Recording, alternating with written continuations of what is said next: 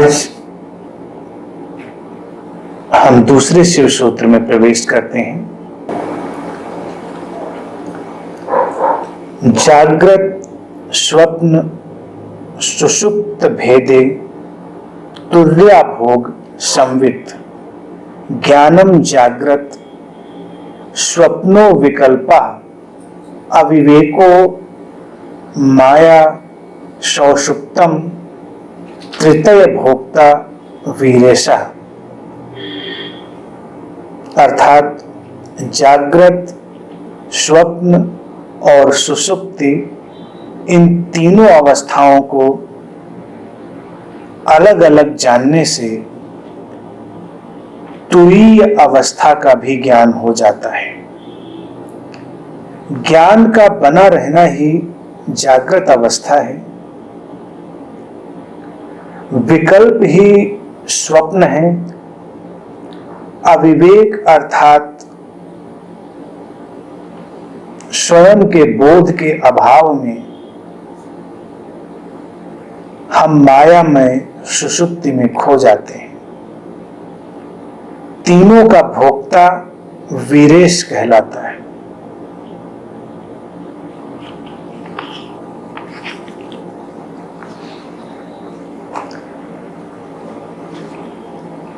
ये शिव सूत्र बहुत ही सुंदर है। इनकी भाषा चाहे तुम्हें थोड़ी जटिल जान पड़ती हो, लेकिन ये बड़े ही पारमाणविक एटॉमिक सूत्र हैं और अपने अंदर अध्यात्म का सारा सार समेटे हुए।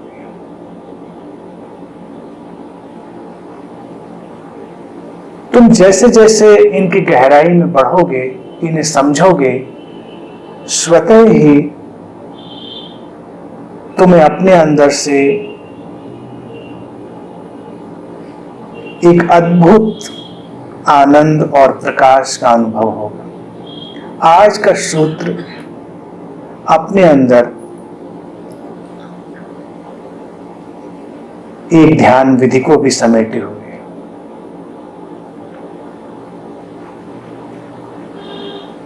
सूत्र कहता है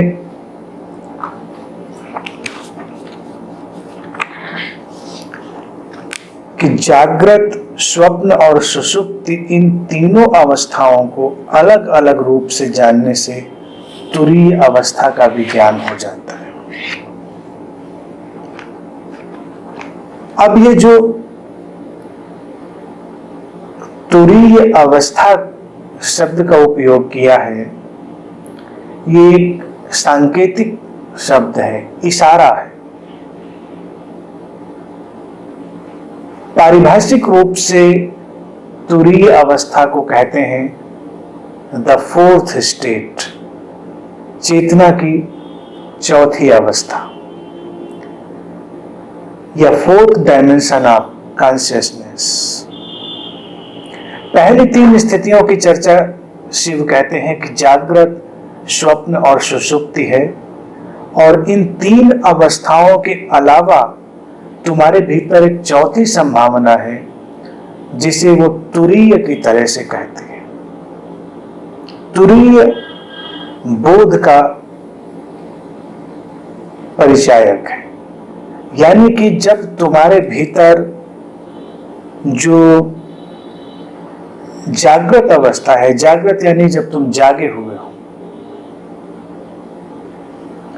और दूसरी अवस्था जब तुम स्वप्न में हो, जब तुम सपनों में खोए हुए हो, और तीसरी अवस्था सुषुप्ति जिसे कहते हैं, वो गहरी नींद की अवस्था है, गहन निद्रा।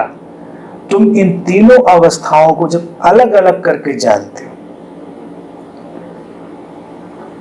इसीलिए शिव सूत्र अपने में अद्भुत है। तुम जानते तो तीनों अवस्थाओं को हो, लेकिन उन्हें अलग अलग करके नहीं जानते, उनमें तुम भेद नहीं कर पाते। तुम हर अवस्था में खोए हुए हो।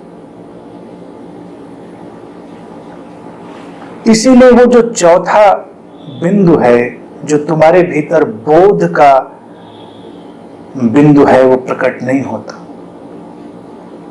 बात बहुत आसान है। आध्यात्मिक यात्रा हमेशा बहुत आसान होती है, जटिलता हम पैदा करते हैं, कठिनाई हमारा आविष्कार है। लेकिन अगर हम थोड़ी सरलता अपने अंदर रखें तो आध्यात्मिक सत्य और गहरे से गहरी जो अनुभूतियां हैं वो हमें स्वतः ही उपलब्ध हो जाती। तुम रोज जागते भी हो, सपनों में भी खोते हो, और तुम सुषुप्ति में भी जाते हो, तुम गहरी नींद में भी जाते हो। अगर तुम इन्हें अलग अलग करके जानना प्रारंभ कर दो तो मात्र इतनी ही बात से तुम तुरीय अवस्था के बोध में उतर जाओगे। लेकिन कैसे जाने अलग अलग? कैसे अलग अलग जाने, इसके पहले ये जाने कि हम अलग अलग क्यों नहीं जानते।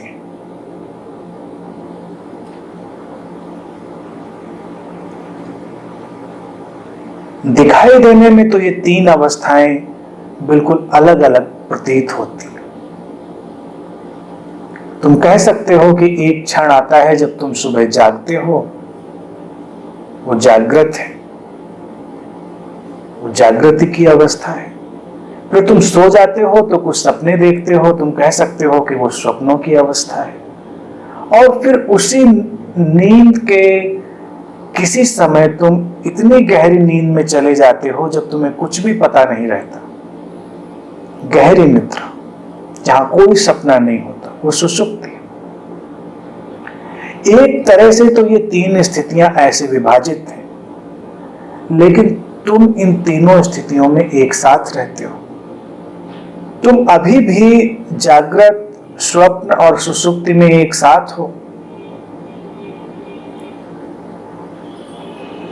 कहने को हम जागते हैं, जागते हुए भी सपनों में बने रहते हैं।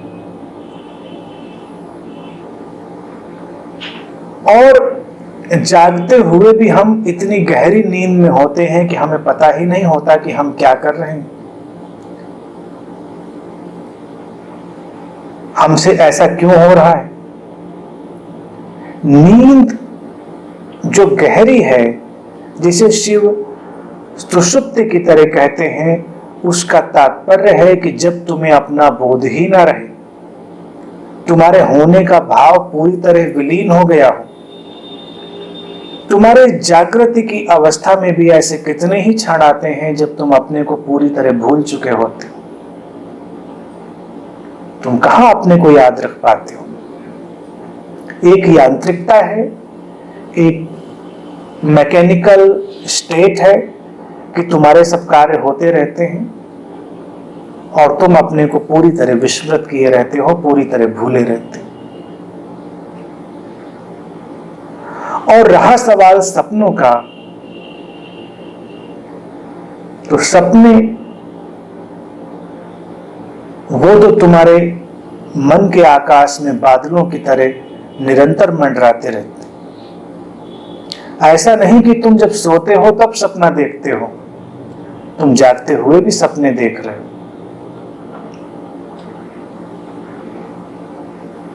और तुम्हें इन तीनों बातों में किसी भी बात का ये बोध नहीं कि ऐसा हो रहा है। जिसे शिव कहते हैं कि अलग अलग जानना, अलग अलग जानने का अर्थ है कि तुम्हें इसका बोध आना प्रारंभ हो जाए कि ऐसा हो रहा है।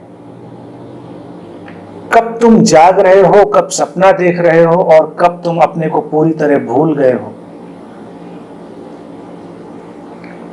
बात थोड़ी क्रमिक है, स्टेप बाय स्टेप है। इसीलिए जागृत, स्वप्न और सुषुप्ति स्टेप बाय स्टेप है। तुम प्रारंभ तो जागृति से ही कर सकते हो, यानी जागने की अवस्था से, चाहे वो नाम मात्र को ही तुम्हारे पास हो।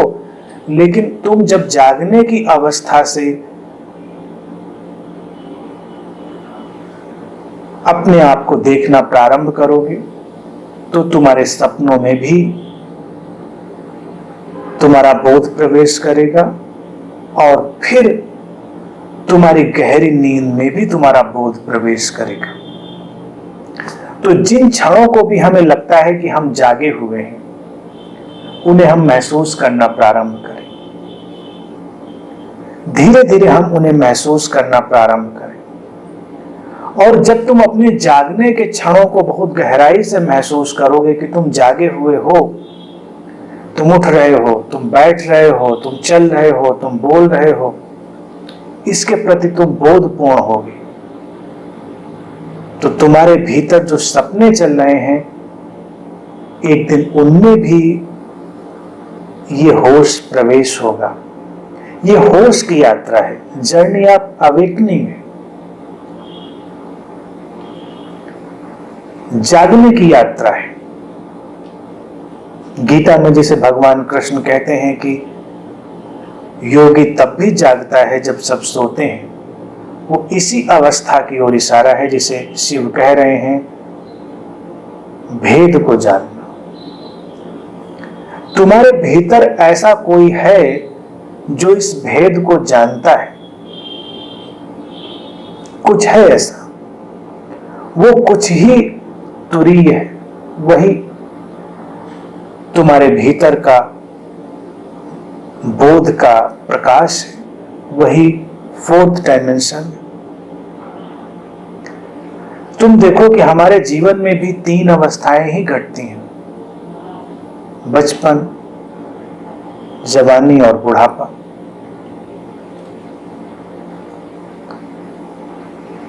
जागृत, स्वप्न और सुषुप्ति की तरह ये 3 अवस्थाएं भी, और इन 3 अवस्थाओं को भी तुम्हारे भीतर जानने वाला कोई है जो इन तीनों से अलग है, जो न बचपन में जाता, जो न जवानी में शामिल होता और जो न बुढ़ापे में शामिल है, जो इन तीनों से पृथक है, अलग है, इनका दृष्टा है, जिसके ऊपर ये सब परिवर्तन की धारा चल रही है।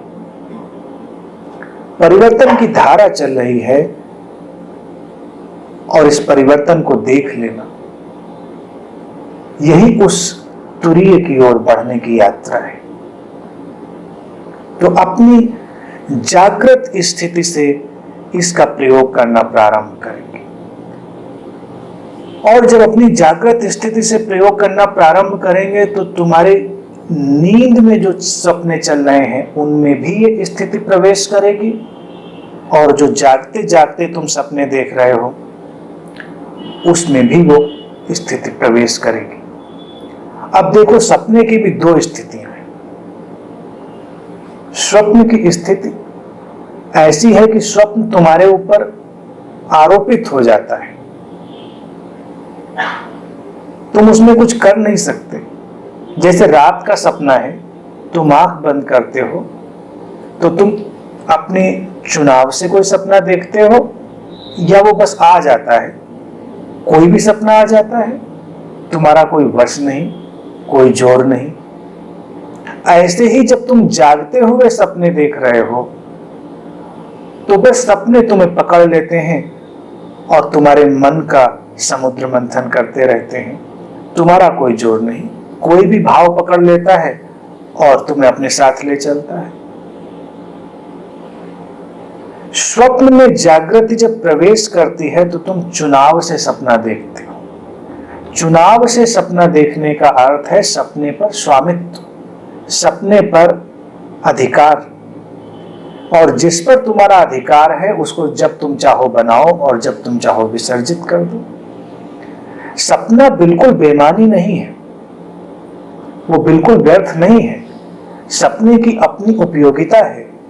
तुम्हारे सपने तुम्हारे जीवन को एक आकार देते हैं, लेकिन जो सपने तुम बेहोशी में देखते हो वो तुम्हारे जीवन को कैसा भी आकार दे देते हैं। इसीलिए तुम आश्चर्यचकित होते हो कि ऐसा तो मैंने नहीं चाहा था, ये कैसा हो गया, ऐसा क्यों हो गया। तुम कभी नियति को दोष देते हो, कभी परमात्मा को दोष देते हो, लेकिन ये तुम्हारे सपनों का दोष है। तुम अपने सपनों की निष्पत्ति हो, तुम अपने सपनों का परिणाम हो, अपने सपनों का बाई प्रोडक्ट हो। कहते हैं कि ये अस्तित्व परमात्मा का सपना है।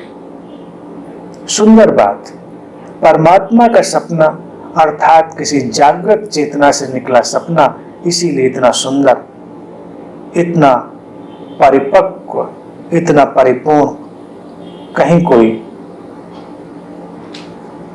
कमी नहीं। परमात्मा का सपना ऐसा ही परिपूर्ण होगा, होना ही चाहिए।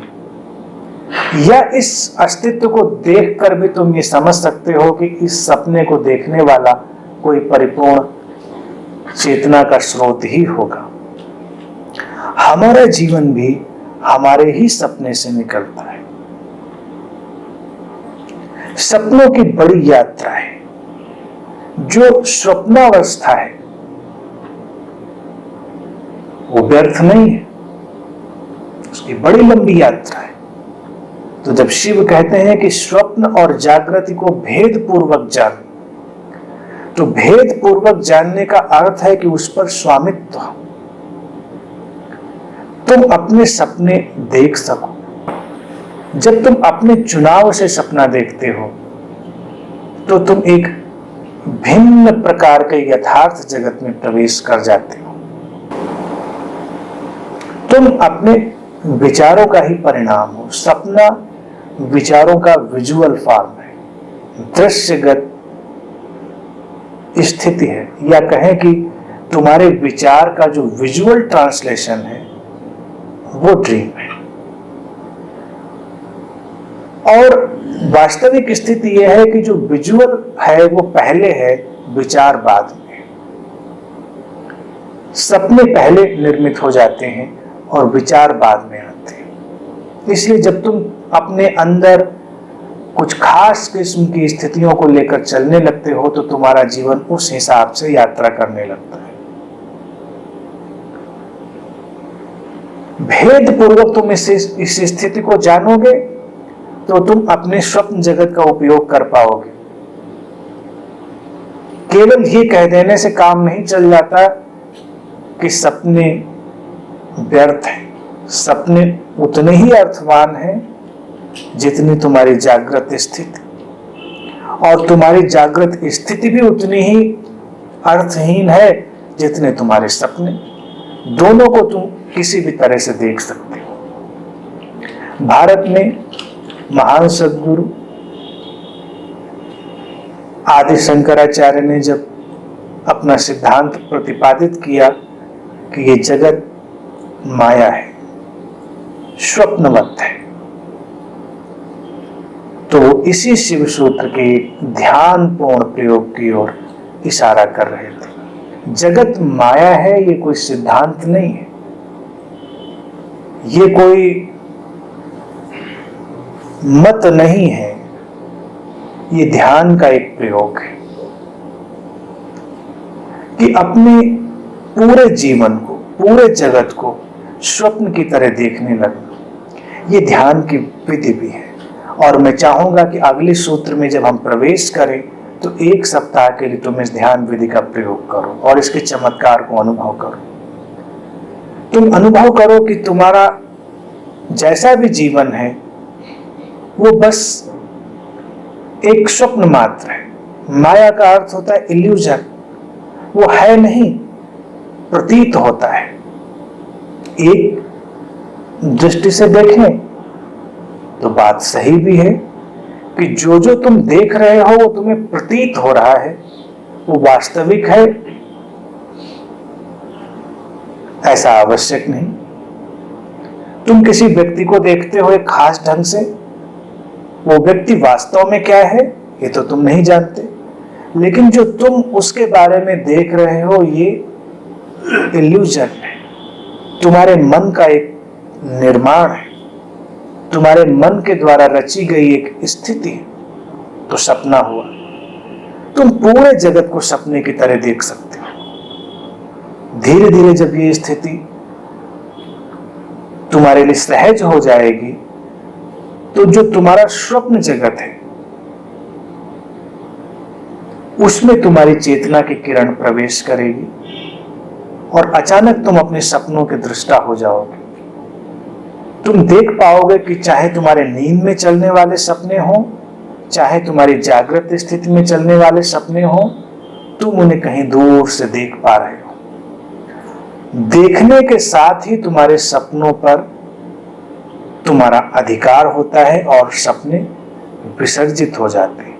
यानी कि जो व्यर्थ के सपने एक धुएं के गुबार की तरह तुम्हारे भीतर उठ रहे थे, वो छट जाते हैं और अब तुम जैसा सपना चाहो वैसा देख सकते हो।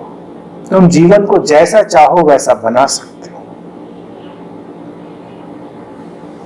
परमात्मा को इसीलिए तो सृष्टा कहते हैं।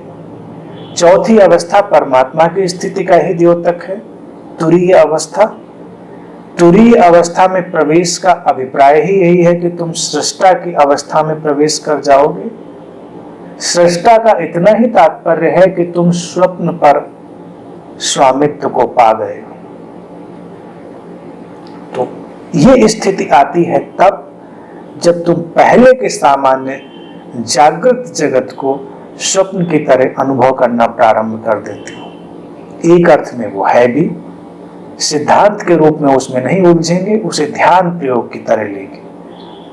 और फिर जब ये दो स्थितियां तुम्हारे चेतना के प्रकाश से प्रकाशित होती हैं, तब तीसरी स्थिति जिसे सुषुप्ति कहते हैं, गहन निद्रा, वहां एक होने का भाव पैदा होता है। एक मध्यम सा आलोक तुम्हारे उस गहरे निद्रा के जगत को घेर लेता है। कुछ लोग जो बहुत गहरी साधना में गए होते हैं, समाधि की गहरी अवस्थाओं में प्रवेश कर गए होते हैं, उनको कभी कभी चाहे क्षण भर के लिए, घड़ी दो घड़ी के लिए, लेकिन ऐसा अनुभव होता है इतनी गहन निद्रा में है कि बाहर की किसी भी हलचल का, भीतर के किसी भी स्वप्न का उनको कोई भी पता नहीं, लेकिन फिर भी होने का एहसास है।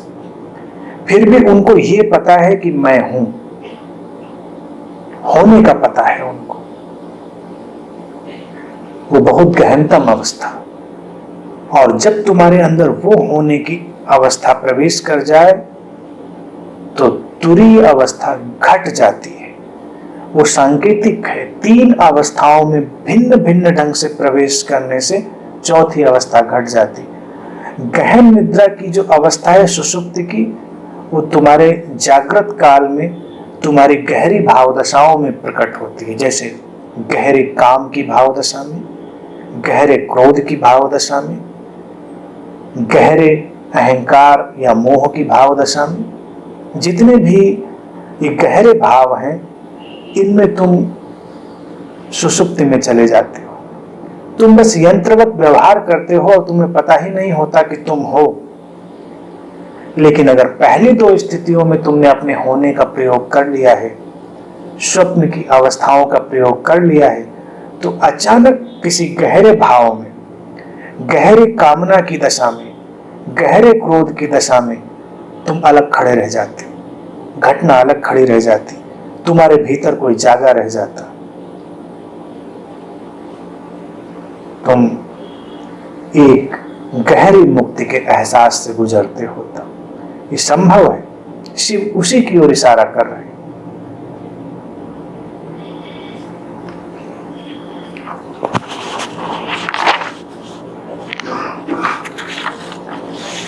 आगे शिव कहते हैं कि ज्ञानम जागृत,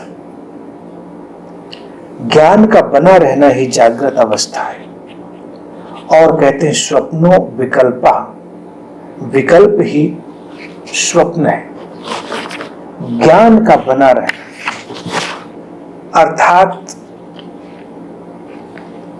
बोध का बना रहना जागृत अवस्था है। ज्ञान कोई बौद्धिक प्रक्रिया नहीं है कि उसे तुम याद कर सको। स्मृति चली जाती। स्मृति तो बड़ी बायोलॉजिकल है। तुम बहुत ज्ञानी हो और तुम्हारी कुछ कोशिकाएं, कुछ सेल्स डिस्ट्रॉय होती हैं, नष्ट होती हैं, और तुम्हारी सारी की सारी स्मृति चली जाती है। बड़े बड़े महापंडितों के साथ ऐसा ही होता है। हमारे अभी कई वर्ष पूर्व भारत में ही थे महापंडित राहुल सांकृत्यायन, बड़े ही घनघोर विद्वान। जीवन के अंतिम काल में स्मृति लोप हो गई। बहुत लंबी श्रृंखला तुम याद कर सकते हो महापंडितों की, जब उनकी स्मृति लोप हो जाती, उन्हें कुछ भी याद नहीं रह जाता। ये स्थिति तुम्हारे कंप्यूटर की हार्ड डिस्क की तरह, कभी कभी हार्ड डिस्क क्रैश कर जाती है, सारा ज्ञान लुप्त हो जाता है। तो इस ज्ञान की तो बात शिव नहीं करेंगे। ज्ञान है बोध की तरह, तुम्हारे होने के एहसास की तरह। वो कहते हैं कि जब तुम्हें अपने होने का भाव निरंतर बना रहे तो वो जागृत अवस्था है, तब तुम्हें कहेंगे तुम जागे हुए हो। अगर तुम्हें अपने होने का भाव नहीं बना है तो तुम अभी जागे हुए नहीं हो, तुम नींद में हो। तुम्हारे अंदर होने का भाव बन जाए, तुम्हारे अंदर एक अवेकनिंग पैदा हो जाए, तुम उठते बैठते चलते बोलते बात करते खाते पीते कुछ भी करते हुए अपने अंदर अपने होने के एहसास को संभाले हुए हो, तो तुम जागे हुए हो। फिर आगे एक और सुंदर सूत्र में बात कहते हैं भगवान शिव कि तुम्हारे विकल्प ही स्वप्न है। बड़ी सुंदर बात, तुमने इस पर ध्यान शायद न दिया हो। जीवन में हम सोचते हैं कि हम विकल्पों की तलाश करें, और विकल्प एक भ्रम है। हमें लगता है कि कई विकल्प होने चाहिए जिसमें से हम कुछ चुन सकें, और विकल्प ढूंढने की जो प्रवृत्ति है वो मन की ऐसी स्थिति है जो सपनों का निर्माण करती है। यानी कि तुम यहाँ बैठे हो और तुम विकल्पों के जाल बुन रहे हो। अभी कोई भी स्थिति बनी नहीं है और तुम तरह तरह के विकल्पों के जाल बुनते जा रहे हो, और एक विकल्प के जाल से इतनी शाखाएं प्रशाखाएं निकलती हैं कि नए नए सपने, तुम नए नए सपनों से घिरते जाते हो। विकल्प से विपरीत स्थिति जो है, शिव ने उसकी बात नहीं करी, लेकिन इसके पीछे छुपी हुई वही बात है। जब विकल्प से तुम हटते हो तो तुम्हारे भीतर संकल्प पैदा होता है। जब तक तुम्हारे भीतर विकल्पों की अंतर्धारा चल रही है, तुम अपने भीतर संकल्प की नदी में प्रवेश नहीं कर पाते। संकल्प की नदी तुम्हारे भीतर ऊर्जा की वो अवस्था है जो तुम्हें स्वप्नों पर स्वामित्व देती है। यानी कि संकल्प की ऊर्जा से ही तुम जैसी स्थितियां चाहो उनकी कल्पना कर सकते हो, उनका निर्माण कर सकते हो। तुम्हारा जीवन तुम्हारे विकल्पों के कारण नहीं बनता, तुम्हारा जीवन तुम्हारे संकल्पों के कारण बनता है। विकल्प काल्पनिक है और संकल्प तुम्हें अंतर्दृष्टि देता है, तुम्हें ऊर्जा देता है और तुम्हें स्थितियों को गढ़ने की प्रतिभा और क्षमता देता है। शिव कहते हैं कि विकल्पों से बाहर हो जाओ। विकल्पों से बाहर हो जाओगे तो स्वप्नों से बाहर हो जाओगे। अब विकल्पों से बाहर कैसे हो? विकल्पों से बाहर होने की प्रक्रिया में ध्यान की एक और विधि है, लेकिन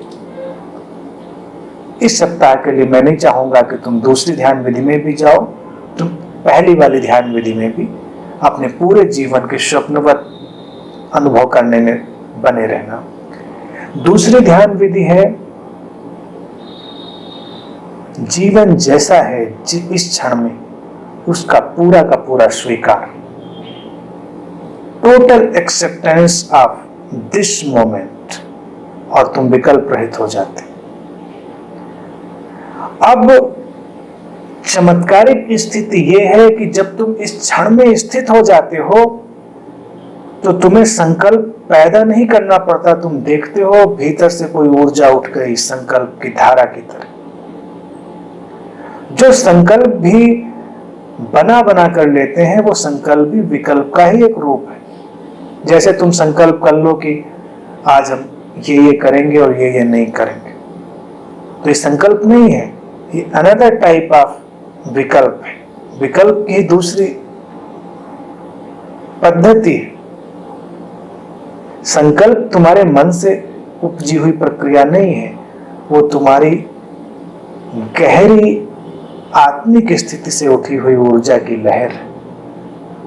वो तब आती है जब तुम क्षण में स्थित हो जाते हो और क्षण का पूरा स्वीकार कर लेते हो। जैसे मान लो तुम कहीं खो गए हो जंगल में, तुम्हें मार्ग नहीं मिल रहा, तुम बहुत परेशान हो, तुम बहुत विकल्प सोच सकते हो क्या करें। शर्ट का झंडा बना के हिलाएं, चिल्लाएं, तारे देखकर दिशा का पता लगाएं। तुम तरह तरह के विकल्प ढूंढते रह सकते हो और जितने तुम विकल्प ढूंढोगे हो सकता है उतने ही तुम भटकते चले जाओ।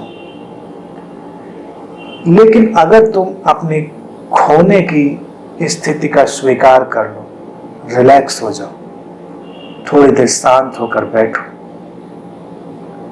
तो हो सकता है तुम कहीं मार्ग के आसपास ही हो। तुम्हारे शांत बैठने के कारण ही तुम्हारे भीतर से एक अंतर्दृष्टि, एक ऊर्जा उत्पन्न हो सकती है जो तुम्हें दिशा का, मार्ग का आभास करा सकती है। जब तुम अपने जीवन की किसी भी परिस्थिति का, किसी भी क्षण का पूरा स्वीकार कर लेते हो और विकल्पों से बाहर हो जाते हो, तो तुम्हारे लिए द्वार खुल जाते हैं, तुम्हारे लिए मार्ग प्रस्तुत हो जाता है। इस घटना पर एक बहुत प्रसिद्ध सूफी कथा है। कहते हैं सूफी के एक व्यक्ति जंगल में खो गया, पहाड़ी इलाका भी था।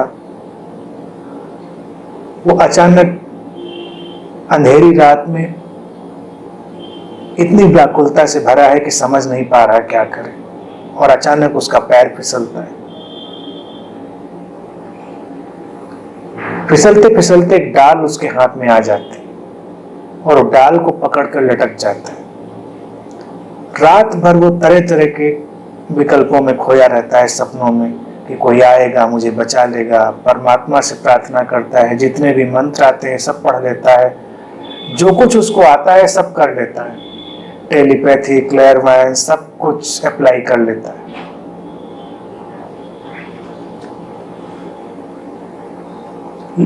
रात भर पकड़ के रख भी कैसे सकता था डाल को, हाथ की पकड़ धीरे धीरे फिसलती है। जैसे जैसे पकड़ फिसलती है वो सोचता है अब तो मरने वाले। वो कितनी भी कोशिश करता है, एक वक्त आया कि वो डाल को पकड़े नहीं रख सका, मुट्ठी खुल गई और उसको आश्चर्य हुआ। उसने देखा कि वो गिरा ही नहीं, 4 इंच नीचे ही जमीन थी। पकड़ छूटी और वो जमीन पर खड़ा हुआ है। और रात भर कैसे कैसे भयानक सपने, कैसी कैसी योजनाएं, कैसी कैसी प्रार्थनाओं में वो भरा रहा। तो स्थिति सूफी कहते हैं जीवन की भी ऐसी ही है कि तुम्हारी जमीन तुम्हारे पैरों के 4 इंच नीचे ही हो सकती है, लेकिन उसको देखने के लिए एक स्पष्ट दृष्टि चाहिए और साहस। साहस इसी का नाम है कि तुम इस क्षण का स्वीकार कर सको। जब कोई उपाय ना हो, स्वीकार। स्वप्न तिरोहित हो जाएंगे और चेतना का प्रकाश तुम्हें घेरेगा। इसीलिए विकल्पों में बहुत मत खोइए, निरंतर योजना मत बनाते रहिए, नहीं तो वो विक्षिप्तता बन जाएगी। तुम में और विक्षिप्त व्यक्ति में थोड़ा सा बारीक सा फासला है। तुम थोड़ी योजनाएं कम बनाते हो और विक्षिप्त लोग योजनाएं कुछ ज्यादा ही बना लेते हैं। वो इतनी ज्यादा बना लेते हैं कि विक्षिप्त हो जाते हैं। मैं नहीं कह रहा योजनाएं मत बनाओ, लेकिन उनमें प्लेफुल रहो, उनमें भयभीत मत हो।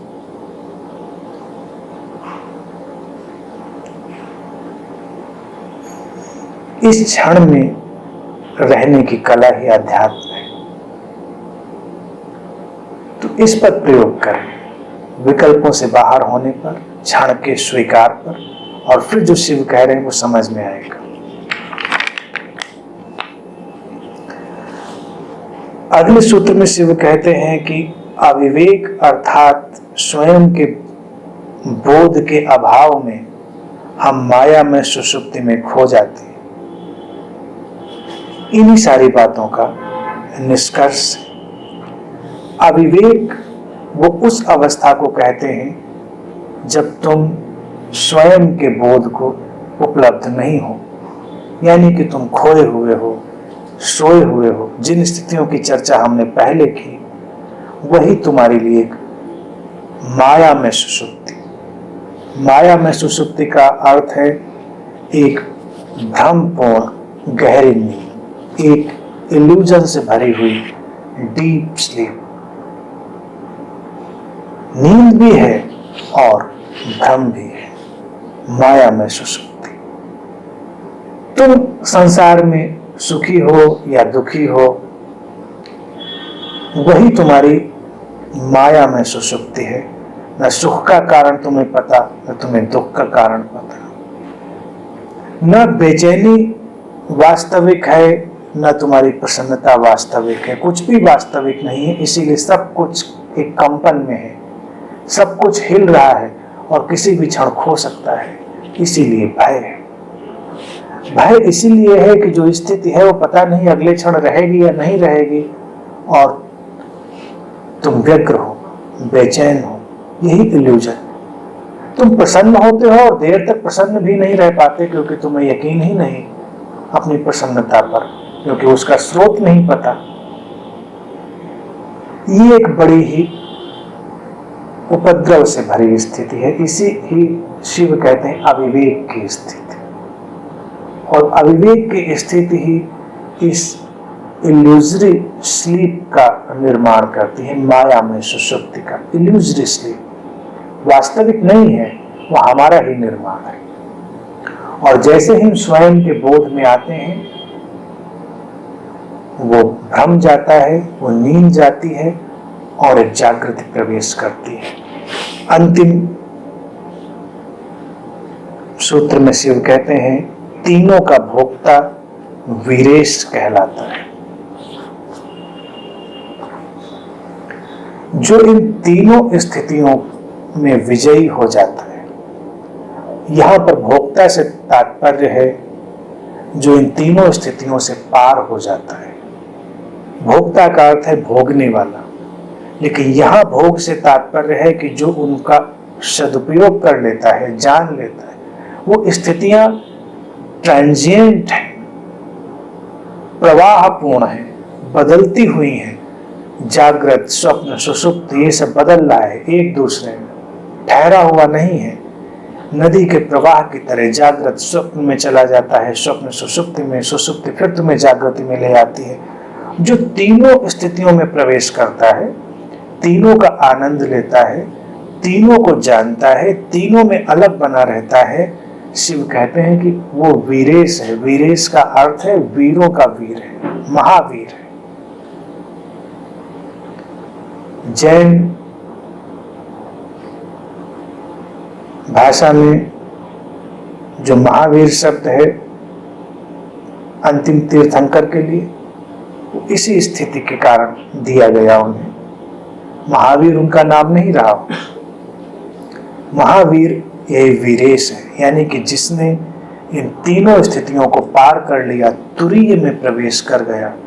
तुरीय में प्रवेश करना अर्थात बुद्धत्व में प्रवेश करना, वो महावीर है, वही शिव है। वीरेश का एक अर्थ शिव भी होता है। शिव का अर्थ है जो शिखर पर स्थित है। वीरेश वही अवस्था है जो शिखर पर स्थित है, शिखर पर स्थित साक्षी। शिखर पर स्थित हो गया एक चेतना का आलोक। वीरता अन्य किसी भी बात में नहीं है। शिव कहते हैं कि वीरता इन तीनों स्थितियों को जान लेने में और इन तीनों स्थितियों के पार हो जाने में।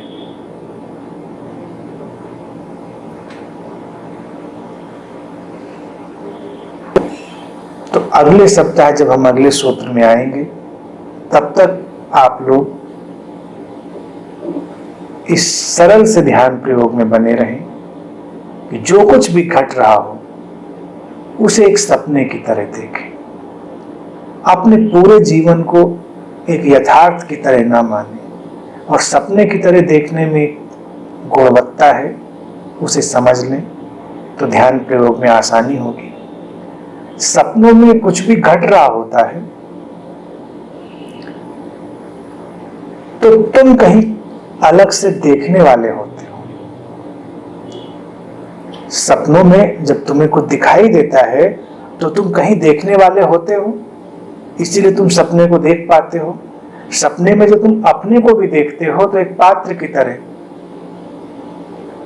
तुम देखते हो कि तुम सड़क पर चले जा रहे हो, तुम कहीं कोई कार्य कर रहे हो, कुछ कर रहे हो और तुम ये भी जान रहे हो कि ये तुम हो, लेकिन तुम कहीं दूर से उसे देख भी रहे हो कि ये तुम। जागते हुए इस अवस्था का प्रयोग तुम्हें ध्यान में ले जाता है, यानी कि तुम चल रहे हो, जा रहे हो, बात कर रहे हो और कहीं कुछ दूर है जो तुम्हें भी एक पात्र की तरह देख रहा है, कैरेक्टर की तरह। ऐसे तुम आइडेंटिफाइड हो। जिसे शिव कह रहे हैं भेद पूर्वक जानना, तुम भेद पूर्वक न जानकर आइडेंटिफाइड हो, पूरी तरह उससे चिपके हुए हो कि तुम जा रहे हो तो मैं जा रहा हूं।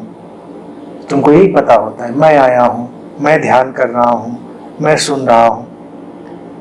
सपने की स्थिति को यहां पर इंप्लीमेंट करें तो तुम देखोगे कहीं एक इम्पर्सनल ऑब्जर्वर है, एक दृष्टा है कहीं जो ये देख रहा है कि तुम इस कक्ष में बैठे हुए सुन रहे हो।